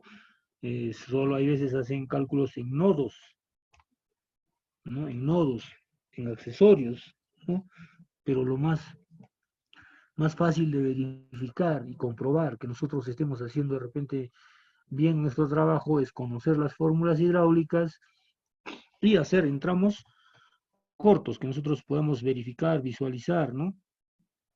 La fórmula que estamos utilizando y el comportamiento hidráulico que se esté generando o que se esté dando en cada tramo que estemos analizando. Vamos a regresar a esa fórmula, a ese ejercicio. Entonces, ahí como les iba indicando, ¿no? Acá ya se hizo un análisis para 1600 metros y con una sola ecuación, ¿no? Hemos determinado la pérdida de carga. Básicamente en hidráulica se determinan las pérdidas de carga, ¿no? Fórmula de Hazen-Williams, ¿no? De Hazen-Williams. Es una fórmula que resultó de un estudio cuidadoso con datos experimentales obtenido de investigaciones de muchos autores, ¿no? En el año de 1904 propusieron una fórmula práctica que tiene aceptación actualmente, ¿no? Debido a confirmaciones experimentales, y tiene la siguiente representación general. La pérdida de carga es igual a 10.679 por el caudal elevado a la 1.85. Todo eso sobre el coeficiente de rugosidad, ¿no? Elevado a la 1.85 por el diámetro elevado a la 4.87. Esa es una ecuación, ¿no? O la ecuación fundamental de Hazen-Williams, que se utiliza para determinar las pérdidas de carga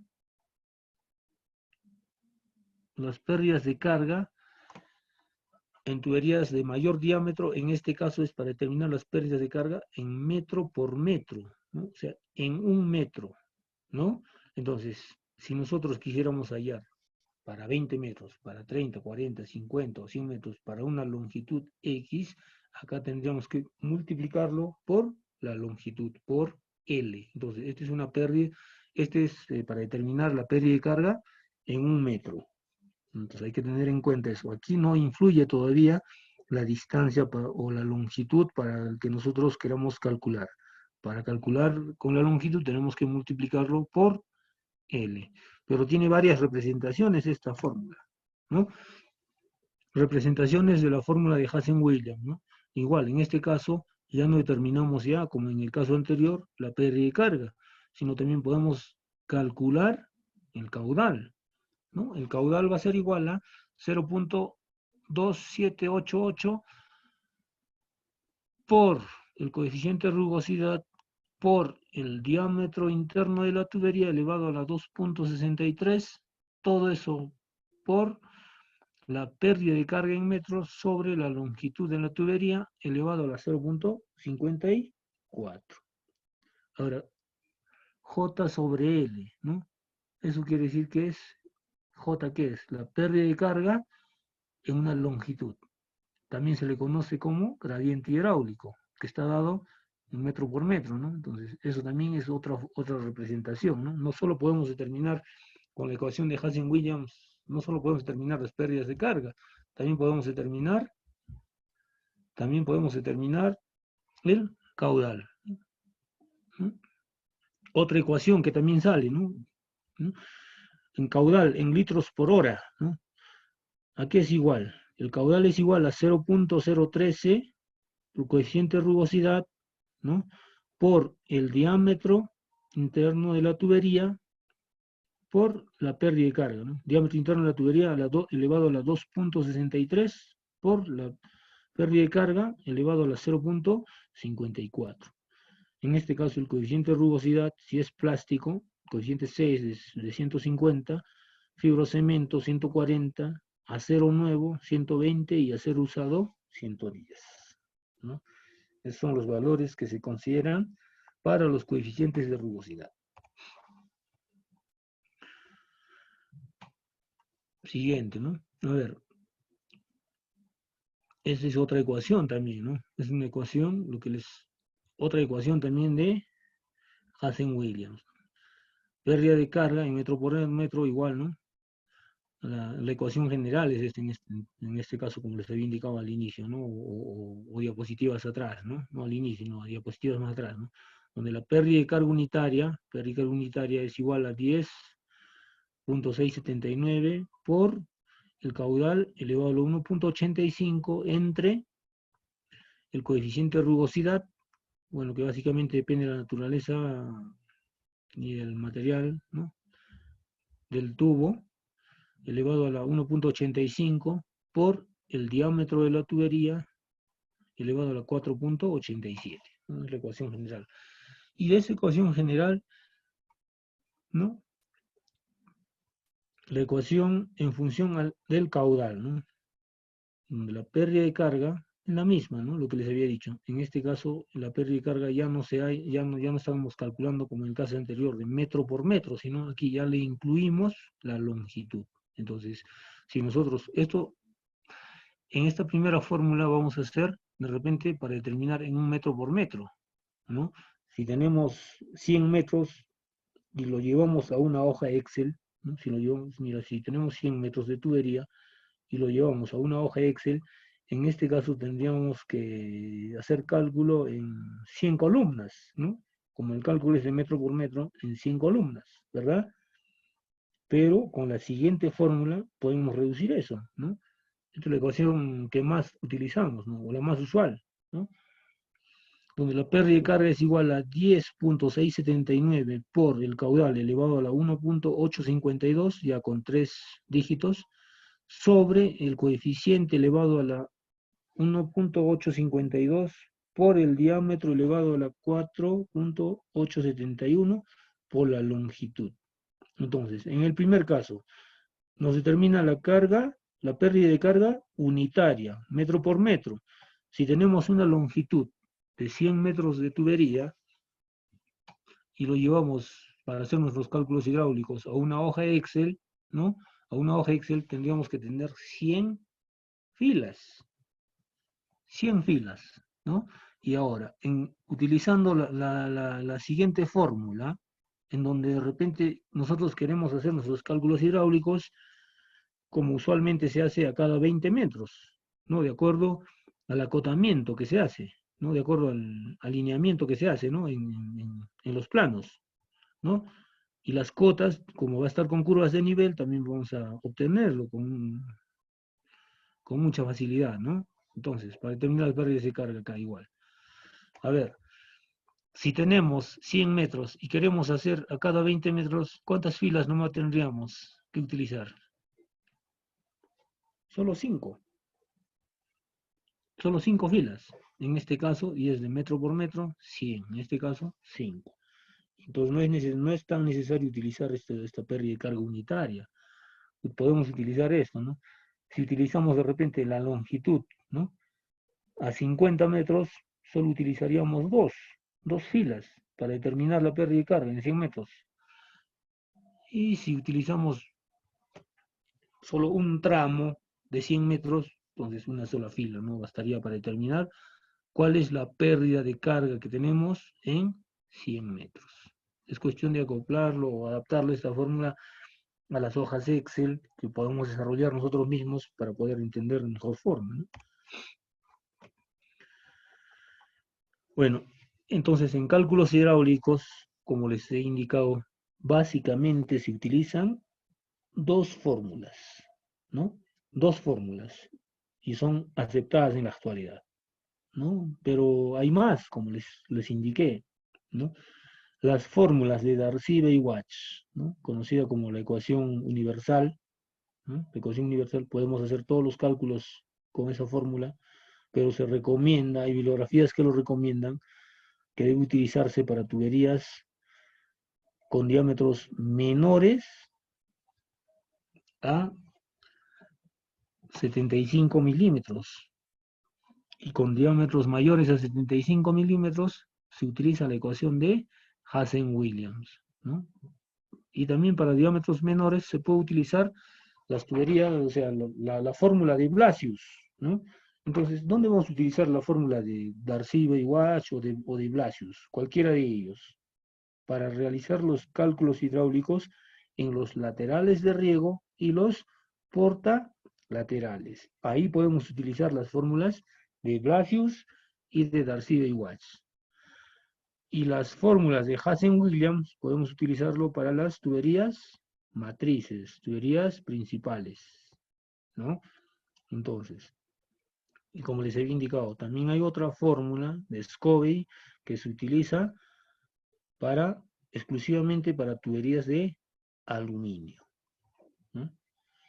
A ver, entonces, y no solo se puede hacer los cálculos hidráulicos de forma manual o de repente en una hoja de cálculo, en un Excel, ¿no?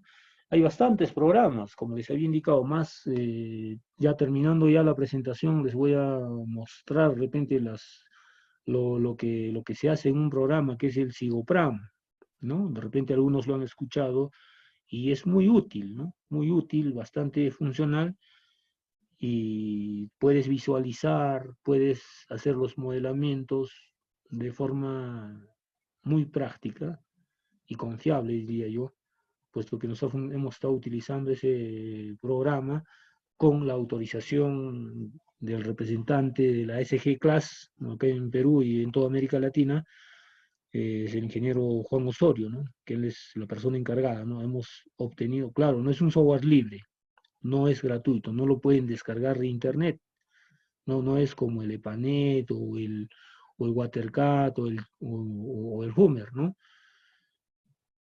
No es un programa libre, ¿no? Tiene un costo elevado, diría yo, pero lo pueden obtener también a través de la licencia temporal, a través de cursos, es lo que hemos hecho nosotros, ¿no? Con el ingeniero anteriormente hemos estado participando en algunos cursos, y los cursos nos otorgan licencias de 3 meses, o anteriormente hasta de 6 meses nos daban, ¿no? Bueno, se puede descargar del internet, pero es una versión demo, ¿no? Ahí no se puede hacer las corridas y no te garantiza nada, ¿no? Es necesario tener sí o sí el programa habilitado, ¿no? Entonces, para poder trabajarlo, ¿no? Entonces, eso lo pueden obtener a través de cursos o haciendo una adquisición del programa, ¿no? Entonces, se puede utilizar, como les digo, ¿no? El EPANET, el WaterCat, el Hummer, ¿no? Hay varios programas, ¿no? Entonces, y la hoja Excel, ¿no? Bueno, si no se maneja todavía bien los programas, con la hoja Excel es bastante sencillo, simplemente hay que tener en cuenta las dos fórmulas básicas que les he dado, ¿no? De Darcy-Weisbach y de Hazen-Williams, y amarrarlo en una hojita Excel, y se puede trabajar de forma muy sencilla, ¿no? Pasando al siguiente tema, el cabezal de riego. El cabezal de riego es un conjunto de equipos que tiene la finalidad de filtrar, tratar, medir y suministrar agua a la redistribución del sistema de riego, ¿no? Como ustedes pueden ver en la imagen, ¿no? En la presentación, ¿no? Este es un proyecto que hemos elaborado para ITE, para Sauder Perú, con la Universidad Católica de Santa María. Entonces se ha puesto este cabezal de riego, ¿no? Este cabezal de riego, cuya función principal es, como se dice en la definición, es la de filtrar, tratar, medir y suministrar el agua, ¿no? Entonces, ¿para qué nos sirve un cabezal de riego? Este cabezal de riego puede tener una unidad de bombeo si es que no se tiene el desnivel topográfico, ¿no? Puede tener una unidad de bombeo. Si es agua de pozo, puede tener un hidrociclón, ¿no? Filtros de grava, filtros de malla, filtros de anillas. En este caso ya es un componente parcelario, se podría decir, es un cabezal de riego parcelario en donde ya el agua anteriormente está tratado, ¿no? En este caso, entonces solo tiene filtros de anillos, ¿no? En este caso tiene una válvula compuerta, su manómetro de glicerina para medir la presión con la que está llegando, su válvula de aire, la batería de filtros de anillas, ¿no? Otra vez válvula de aire, manómetro, una válvula hidráulica, ¿no? Válvula reguladora de presión, ¿no? Válvula reguladora de presión, inyector de fertilizantes hidráulico, ¿no? Un caudalímetro, válvula de aire y su manómetro. ¿Manómetro para qué? Es que nosotros tenemos que tener muy en cuenta cuál es la presión de llegada y la presión de salida, ¿no? Entonces, acá el sistema de filtrado tiene sus propios manómetros a la entrada y a la salida. ¿Para qué? Para que cuando haya una diferencia de presión se haga el retrolavado automático, ¿no? Entonces también es importante conocer cuál es la presión de llegada y cuál es la presión con la que está saliendo y al final con qué presión se está yendo ya al campo, ¿no? Entonces es importante. Entonces, básicamente está compuesto de eso, ¿no? El cabezal de riego. Puede tener, como les he indicado, una unidad de bombeo, ¿no? Una unidad de bombeo, si es que lo requiere, filtros de grava, filtros de anillas, ¿no? Hidrociclones, dependiendo de las condiciones y la calidad del agua, ¿no? Y la calidad del agua. Y el filtro, cuánto se quiera filtrar, ¿no? De cuántos grados, ¿no? De cuántos mesh se quiera filtrar para mandarlo ya al campo. Si no se considera un cabezal de filtrado adecuado, si es un sistema de riego por goteo, obviamente que vamos a tener problemas, ¿no? Problemas en el campo, en las unidades parcelarias, puesto que si va el agua turbia o no se ha tratado bien, no se ha filtrado bien, se van a taponar los emisores, se van a obstruir. Y sabemos muy bien que un emisor que esté obstruido ya no va a generar descarga y al no generar descarga de repente ese emisor abastecía uno o dos plantitas, va a tener que de repente perderse esas plantas y para evitar eso se tiene que tener un buen cabezal de filtrado, puesto que si no tenemos cabezal de filtrado también nos va a generar pérdidas. ¿Por qué? Porque va a haber laterales o algunas cosas que vamos a tener que cambiar. Entonces, para evitar eso, se tiene que poner un buen cabezal de filtrado. Se tiene que dimensionar de forma adecuada y con los componentes necesarios. Cálculo del ADT. El ADT también se le conoce como la altura dinámica total, que representa al máximo desnivel requerido o la carga hidráulica requerida para el funcionamiento correcto de todos los componentes de un sistema de riego, ¿no? ¿Cómo obtenemos el ADT? ¿No? Simplemente es la suma de todas las pérdidas de carga, ¿no? Entonces, si nosotros tenemos un ejemplo, ¿no? Si nosotros tenemos una pérdida de carga de 20 metros, de 20 metros de columna de agua, y nuestros emisores en campo funcionan con 30 metros de columna de agua, entonces nuestra altura dinámica total, nuestro ADT, tendría que ser lo que se requiere en campo, ¿no? Los emisores, ¿no? Para que funcionen, que son 30 metros, más las pérdidas que se hayan generado, que son 20 metros en total. Nuestra altura dinámica total va a ser 50 metros de columna de agua. Es un ejemplo práctico, ¿no? Aunque lo estoy mencionando. Entonces, de esa forma, entonces, ¿qué quiere decir eso? De que desde el reservorio o desde nuestra fuente de agua hasta los emisores tenemos que tener un desnivel de 50 metros. Y si no tenemos ese desnivel de 50 metros, tenemos que poner una unidad de bombeo que nos genere esa presión a la salida del motor, ¿no? Entonces ahí, entonces para eso nos sirve el ADT, ¿no? Como se muestra en el cuadro, ¿no? Parámetros, ¿no? Presión de trabajo del emisor crítico, pérdida de carga en lateral, pérdida de carga en portal lateral, pérdidas de carga en arcos de riego, pérdidas de carga en matriz, pérdidas de carga en accesorios, pérdidas de carga en cabezal, un porcentaje de seguridad, desnivel topográfico, nivel dinámico, ¿no? Si es que hay pozo, ¿no? Y la sumatoria de todas esas pérdidas nos da el ADT. Y ahí hay que, como les indicaba, ahí hay que sumarle la presión que requiere el emisor para su correcto funcionamiento. Bueno, en sistemas de bombeo, ¿no? Está constituido por una o más bombas, ¿no? Cuyo tamaño y número dependen, la potencia depende de la superficie a regar, ¿no? Procurando llevar el agua a través de las tuberías desde la fuente de agua hasta las unidades de riego, ¿no? Se va a utilizar un sistema de bombeo si es que no hay o no alcanzamos el ADT requerido, ¿no? Si es que no cubrimos, ¿no?, los desniveles que se requieren para que funcionen los sistemas. ¿De qué va a depender? Como acá dice, ¿no? Como en el enunciado dice, va a depender de cuál es el tamaño, ¿no? ¿Cuál es el tamaño de la parcela, ¿no? El número de sectores, ¿no? El número de sectores podría ser, ¿no? El número de sectores o las unidades de riego que nosotros querramos regar en un tiempo. Bueno, para que no haya mucha variación o en este caso no se, no se sobredimensione nosotros en los parámetros de operación, si no hay desnivel topográfico, en nuestros parámetros de operación tenemos que hacer que nuestros caudales de diseño sean lo más similar posible. Igual no van a poder ser, porque el tamaño de las parcelas o el número de las unidades va a variar, ¿no?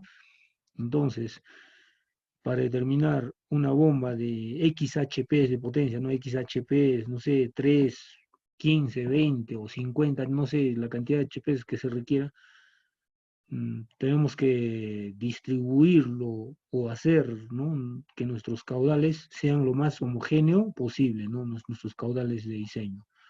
Imagínense que necesitemos, en un turno de riego, necesitemos 20 litros por segundo, ¿no? Obviamente va a ser una bomba más pequeña que si nosotros en otro turno del mismo sector necesitemos 80 litros por segundo. Entonces, entre 20 y 80 hay mucha variación. Entonces, ¿ahí qué va a pasar? De que con esto, con una electrobomba, se podría decir, no podemos regular, ¿no?, la potencia ni nada, y el consumo va a ser alto. Entonces, para evitar eso, es lo que se tiene que tener mucho cuidado y distribuir los caudales de forma homogénea, ¿no? Entonces, los caudales tienen que ser lo más próximos o similar posible para tener una bomba que funcione de forma adecuada, ¿no? Entonces, bueno, con esa presentación de diseño hidráulico hemos terminado de una forma de repente un poco teórico, pero mostrándole siempre las fórmulas que se utilizan, ¿no?, en cálculos hidráulicos, ¿no? Es lo que se ha mostrado, es lo que se les ha presentado, las que más se utilizan y de qué forma se pueden adecuar y de qué forma pueden adaptarse a una hoja de cálculo, ¿no? Bueno, esa es la presentación, ¿no?, que hemos terminado, pero ahora vamos a mostrar de repente la hoja Excel que venimos desarrollando, que hemos estado manejando para ir haciendo las comparaciones con los resultados de algunos programas, ¿no? Con el SIGOPRAM, con el WaterCat y con otros programas, ¿no? Con el EPANET. Entonces, de esa forma, ¿no?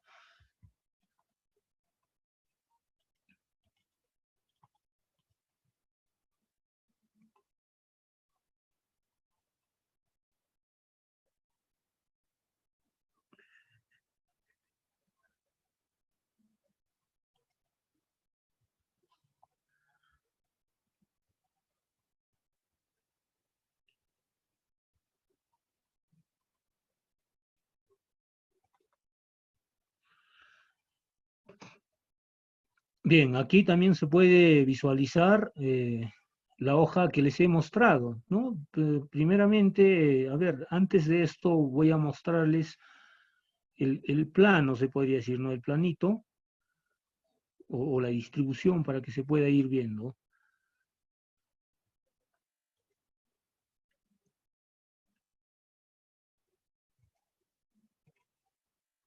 Ya, vean ustedes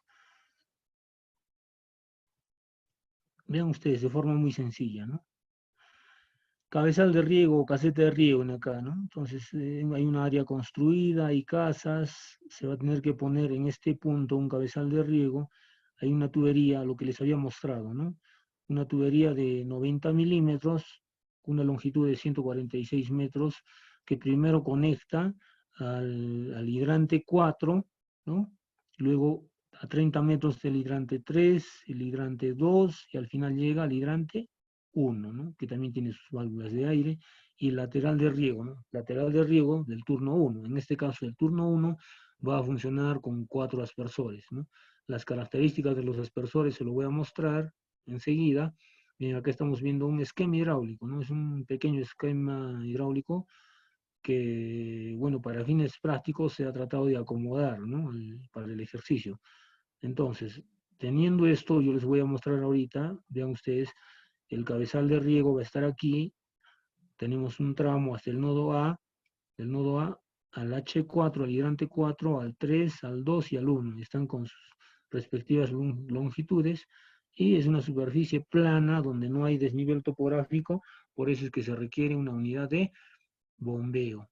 Entonces, ahora vamos a la hoja de cálculo. En la hoja de cálculo, ¿qué es lo que tenemos que tener en cuenta? Como les había indicado, ¿no? Bueno, en este caso es un proyecto privado, ¿no? Que básicamente se tienen dos nodos principales, ¿no? Desde el pozo, ¿no? El pozo y un nodo A, ¿no? Y ahí están sus cotas y las longitudes, ¿no? También se tienen los nudos de la red de distribución, ¿no? Entonces ahí están los hidrantes, bueno, básicamente es un pequeño proyectito con solo tiene 7 hidrantes, ¿no? Con 7 hidrantes, en donde se consideran las cotas, y las longitudes, ¿no? Las progresivas. Entonces, ¿qué es lo que tenemos que hacer? Lo que les había indicado, en parámetros de operación, ¿no?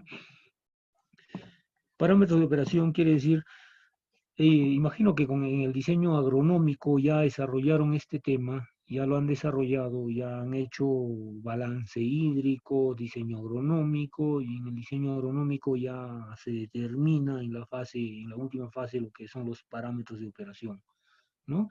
Es agrupar en realidad, ¿no? Es agrupar eh, cuántos sectores se va a regar, cuántos sectores, ¿no?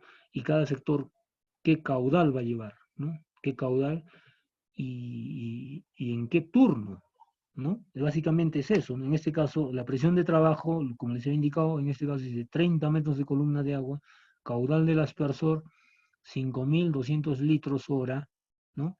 5.20 metros cúbicos hora, 1.44 litros por segundo. Diámetro de mojado, 39 metros, espaciamiento entre aspersores, 24, espaciamiento entre laterales, 30, intensidad de precipitación, ¿no?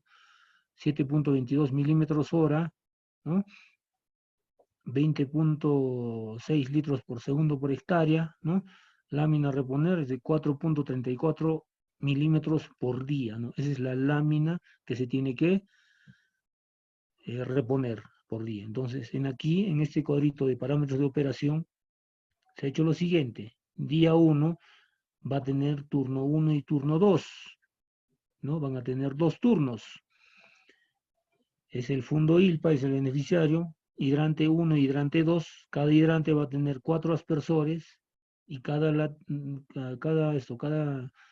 hidrante solo tiene un lateral por posición, ¿no? Número de aspersores, 4 aspersores, igual, caudal por posición, en litros por segundo, en metros cúbicos por hora, caudal por turno, en litros por segundo, metros cúbicos por hora, tiempo de riego, 4.2, ¿para qué? Para cubrir las 4.34 milímetros que se requiere por día y el volumen total, ¿no?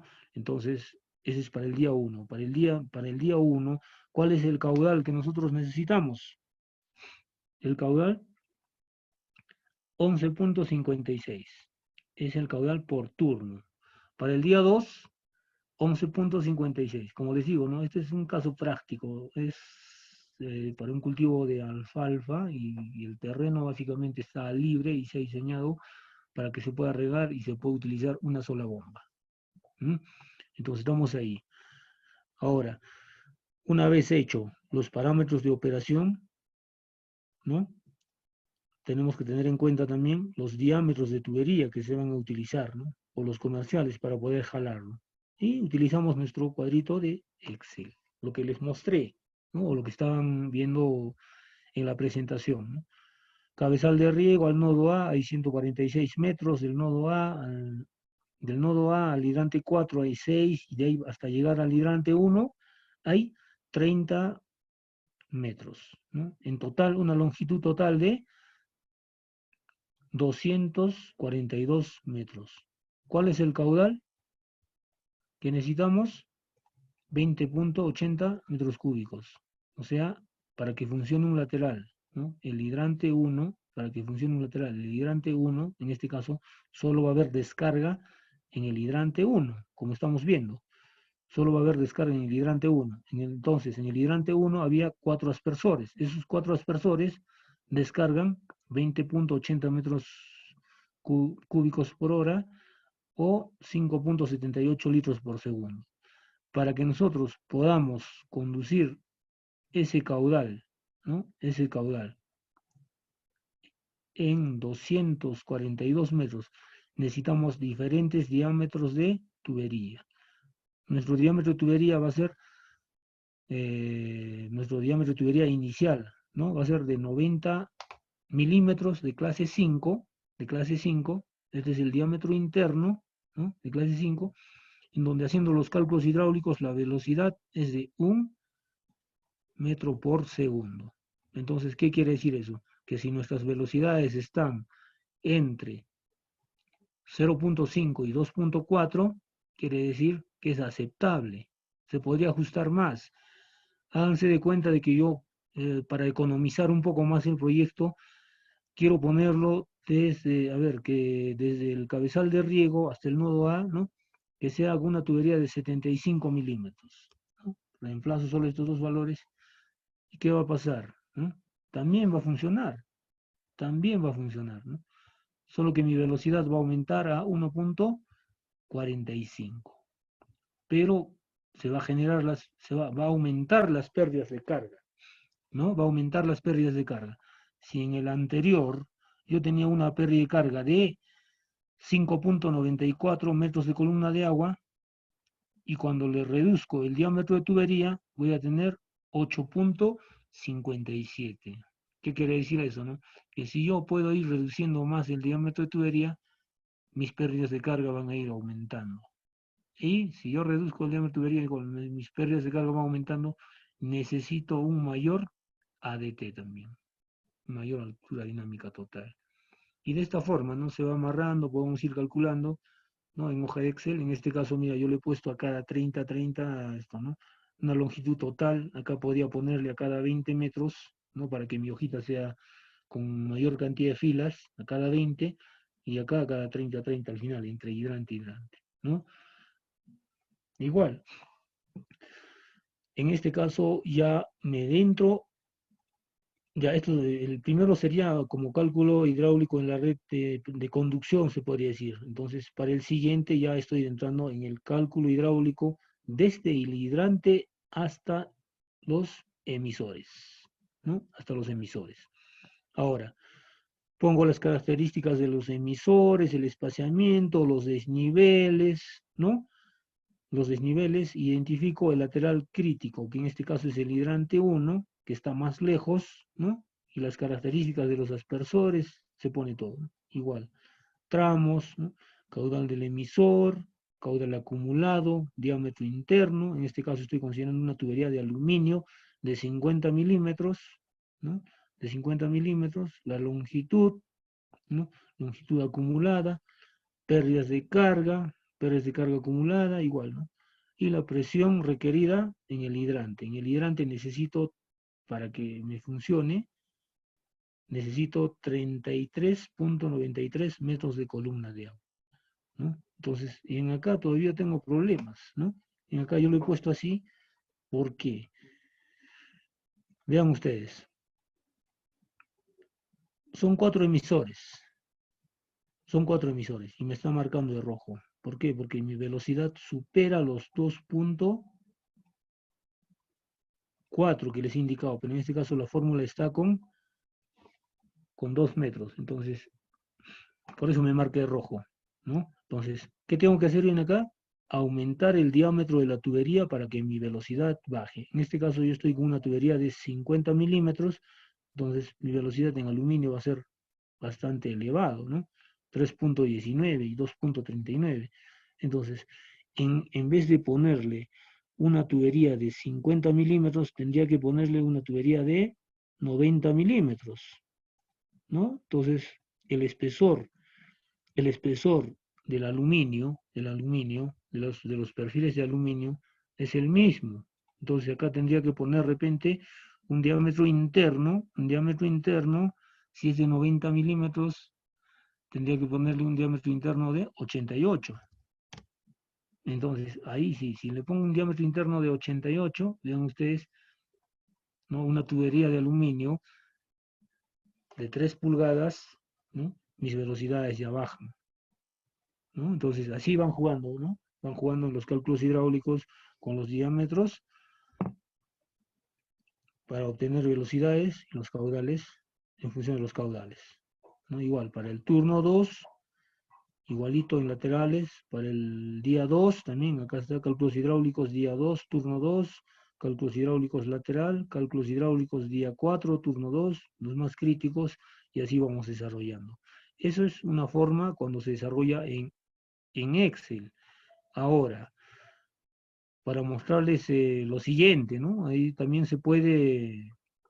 podemos hacer o mostrarles ya los resultados que obtenemos de los cálculos hidráulicos realizados con programas, ¿no? En este caso con el CIOPRAM. No sé si estará disponible visualizar. Vamos a ver, acá tengo una. Ya, ahí está. Si se visualicen acá, el Sigoplan es mucho más práctico, lo que les había mostrado, ¿no? Es un programa en donde nosotros ya utilizamos acá o ya lo ponemos los turnos, ¿no? Vean ustedes,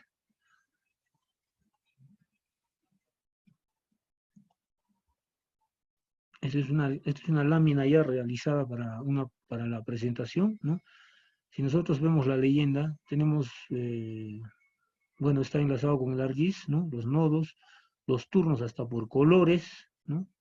Los colores nos representan los turnos hasta 14 turnos, 15 turnos, pero solo tenemos 14 turnos. ¿Por qué 14 turnos?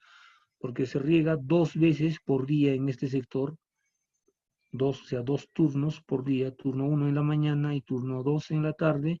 Tenemos también el padrón de beneficiarios, el padrón de usuarios, la cantidad de área con la que participan y el turno con el que están regando, ¿no? Es una presentación, acá podemos visualizar fácilmente, ¿no?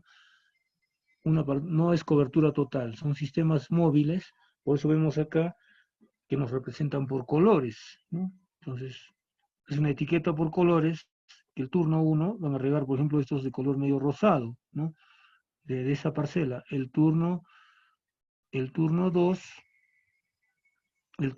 van a regar los que están de color amarillo, igual, ¿no? Turno 2, turno 3 de color verde, ¿no? Igual, otros sectores, ¿no? Turno 6, turno 7, turno 8, igual, y de esa forma se van distribuyendo, ¿no? Es una presentación del SIGOPRAM.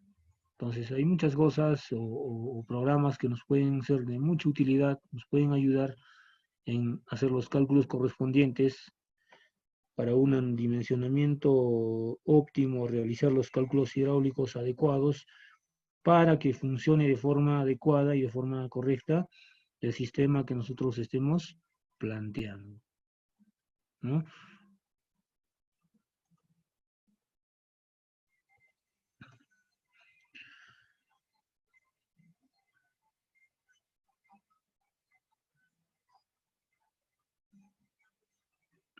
A ver, otro.